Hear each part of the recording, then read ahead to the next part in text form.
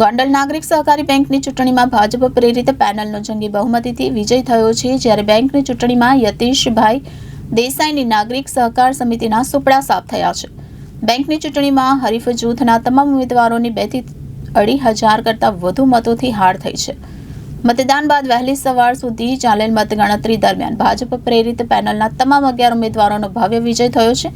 બેંકમાં ફરી ભાજપનો ભગવો લહેરાતા ઢોલ નગારા અને ફટાકડા ફોડીને મોડી રાત્રિના વિજય ઉત્સવ ઉજવાયો હતો. ગોંડલ નાગરિક સહકારી બેંકની ચૂંટણીમાં ભાજપ પ્રેરિત પેનલનો જંગી બહુમતીથી વિજય થયો છે. બેંકની ચૂંટણીમાં યતીશભાઈ દેસાઈની નાગરિક સહકાર સમિતિના સુપડા સાફ થયા છે. બેંકની ચૂંટણીમાં હરીફ જૂથના તમામ ઉમેદવારોની 2 થી 2,500 કરતાં વધુ મતોથી હાર થઈ છે.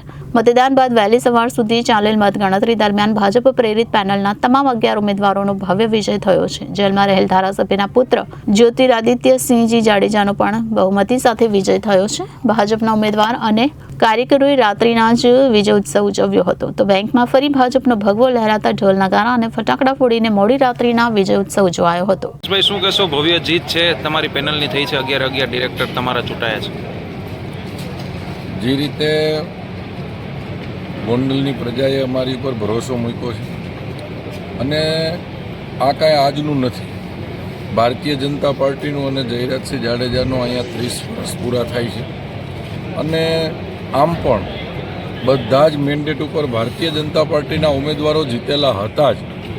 આ એક જગ્યા ઉપર નાગરિક બેંકમાં ગોંડલના લોકોએ ચુકાદો આપી દીધો છે કે આ ગ્રાઉન્ડમાં તમારે કાંઈ કરવાનું નથી. અહીંયા ભારતીય જનતા પાર્ટીનો ગઢ છે, અને એ ગઢ જળવાઈ રહ્યો. આ તો અમારા ગણેશભાઈ 5 દિવસથી આ જેલમાં હતા, એમાં આ બધાને એમ થઈ ગયું કે અમે બધા અહીંયા કમ્પ્લીટ છે. આ ગ્રાઉન્ડ ભારતીય જનતા પાર્ટીનું છે. ભારતીય જનતા પાર્ટીમાં લોકો વર્ષોથી અહીંયા સેવા કરતા આવ્યા છે, અને એનું પરિણામ છે. અને ગણેશભાઈ 5 દિવસથી આ જેલમાં છે. છેલ્લા 7 વર્ષથી આ ગણેશભાઈ રાત દિવસ ગોંડલના લોકોની સેવા કરી છે, અને ગોંડલના લોકોની જે રીતે ગણેશભાઈ સેવા કરતા હતા ને, આ એનું પરિણામ છે. શું કહેશો યતીશભાઈ? મોડી રાતે પરિણામ આવ્યું છે, આપની પેનલની હાર થઈ છે. ચોક્કસ અમે અમારી હાર સ્વીકારીએ છીએ, અને લોકોનો ચુકાદો છે એમાં માથે ચડાવીએ છીએ. પરંતુ એટલું ચોક્કસ છે કે અમે જે ચૂંટણી અધિકારીએ 3,900 મત ખોટા ઉમેર્યા હતા, એની સામે હાઈકોર્ટમાં ગયા હતા. હાઈકોર્ટે ડાયરેક્શન પણ આપ્યું હતું કે 115D સહકારી કાયદાની કલમ 115D મુજબ આ ચૂંટણી કરવી અને એની મતદાર યાદી તૈયાર કરવી.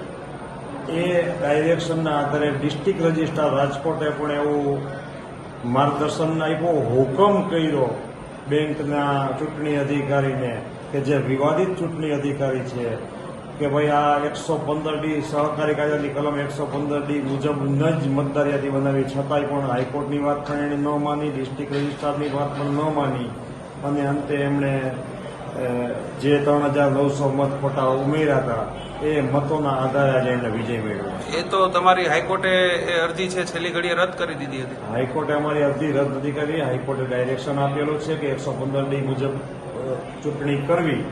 એની સામે એ ડાયરેક્શન આણે માન્યું નથી, એટલે અમે ફરી હાઈકોર્ટમાં પણ ગયેલા કે ભાઈ આ વાત અમારી માનતા નથી, હાઈકોર્ટનું ડાયરેક્શન પણ માનતા નથી. ત્યારે હાઈકોર્ટે એવું કીધું કે ભાઈ એ ચૂંટણીની પ્રક્રિયા ચાલુ થાય ત્યારે તમે ફરી આવજો. પરંતુ ચૂંટણીની પ્રક્રિયા એની સામે અમે એલપીએ પણ કરેલી, ડબલ ડિવિઝન બેન્ચમાં અમે એલપીએ કરેલી, પરંતુ હાઈકોર્ટે એમ કીધું કે જ્યારે એક વખત ચૂંટણી પ્રક્રિયા ચાલુ થઈ ગઈ હોય ત્યારે અમે એમાં ઇન્ટરફિયર ન કરી શકીએ. બાકી હાઈકોર્ટનું ડાયરેક્શન સ્પષ્ટ છે કે 115D મુજબ ચૂંટણી કરવી. આ હારને હવે કઈ રીતે લેશો તમે આગળ? બસ અમે હાલ માથે ચડાવીએ છીએ, અને કાયદાની બાબતમાં અમે હજી આગળ વધશું. Report Janadesh news, Gondal.